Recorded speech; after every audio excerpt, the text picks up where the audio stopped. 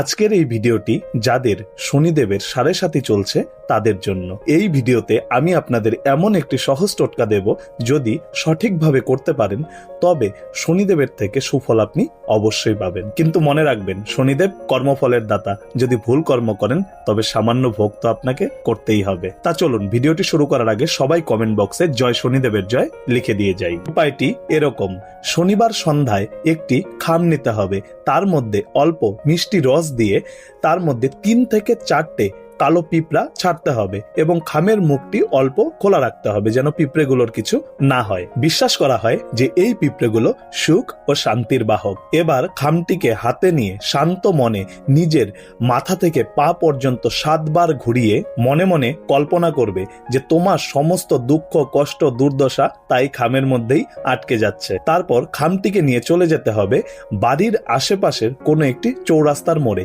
সেখানে খামটিকে আলতো করে রেখে দিয়ে পিছন দিকে না ঘুরে বাড়িতে চলে আসতে হবে। উপায়টি করে দেখো, অবশ্যই ভালো রেজাল্ট পাবে। জয় তারামা, জয় গুরু বামদেব, বলো হর হর মহাদেব।